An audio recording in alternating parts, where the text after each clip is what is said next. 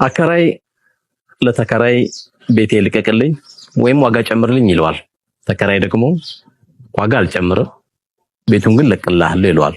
አከራይ በቃ መስለቅልኝ ከሆነ ነገ ብትለቅልኝ ብሎ ያስጨንቀዋል።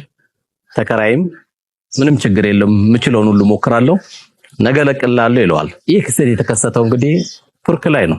ሁለቱ የተነጋገሩት አካሎች ቱርክ ላይ ይህን ውይይት ባደረጉ 24 ሰዓት ባልሞላ የሁለቱም ንብረት በመሬት መንቀጥቀጥ ይጠፋል። አከራዩም ተከራዩም ከዛ ሁሉ ከጠፉት ንብረቶች አላህ አትርፏቸው ሁለታቸውም መንግስት ባዘጋጀው ፕላስቲክ ቤት ውስጥ ይገናኛሉ። በጣም በመገረም ወሬያቸውን ያውጋሉ። ታዲያ ያን የምናወራው የነበረው አንተም ቤት ልትፈልግ እኔም ሌላ ሰው ላከራይ የነበረውን ያወራናቸውን ወሬዎች ለምን ለዓለም ህዝብ አናስተላልፍም ብለው ይሄን መልእክት የውለኛም አድርሰውናል። አላህ አከራይ ሲያደርግህ የወደደ እንዳይመስልህ ተከራይም ሲያደርግህ የጠላህ እንዳይመስልህ። አላህ ለሚወደው ለሚጠላውም እቺን የቅርቢቷን ህይወት ሊሰጥ ይችላል።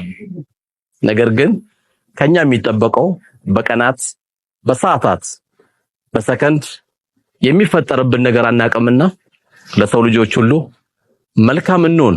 ወጀዛኩሙላሁ ኸይረን